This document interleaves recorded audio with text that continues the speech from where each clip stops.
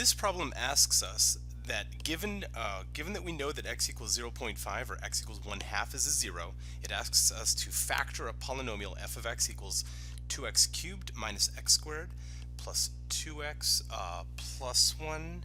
Actually, that's a slight error. It should be minus 1. Let me see if I can get my eraser out here. 2x minus 1.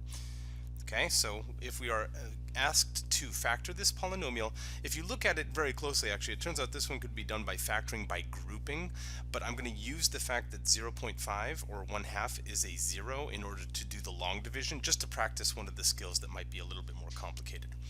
So the fact that 1/2 is a 0 means that x minus 1/2 is a factor. But a lot of times I don't like to write the factor like that. It's kind of awkward with the fractions in it. So I prefer to multiply this by 2 to yield 2x minus 1. So whenever I'm given that 1/2 is a 0, I prefer to work with this form of it rather than this form of it. So if 2x minus 1 is a factor, then I'm going to now do some long division to figure out what is the remaining quadratic that's left over. So from the polynomial 2x cubed minus x squared plus 2x minus 1, I'm going to divide in 2x minus 1.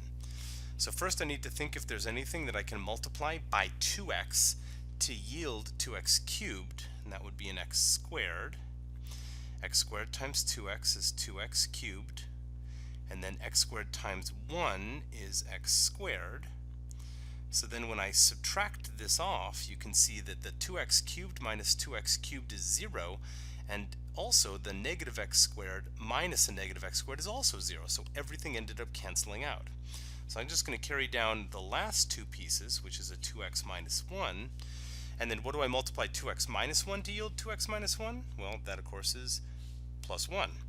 So 1 times 2x minus 1 is 2x minus 1.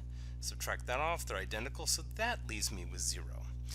So this implies that now our factoring of the polynomial f of x now boils down to the factor of 2x minus 1, which we were provided because we were told that 1/2 is a 0, and then the leftover, which is x squared plus 1.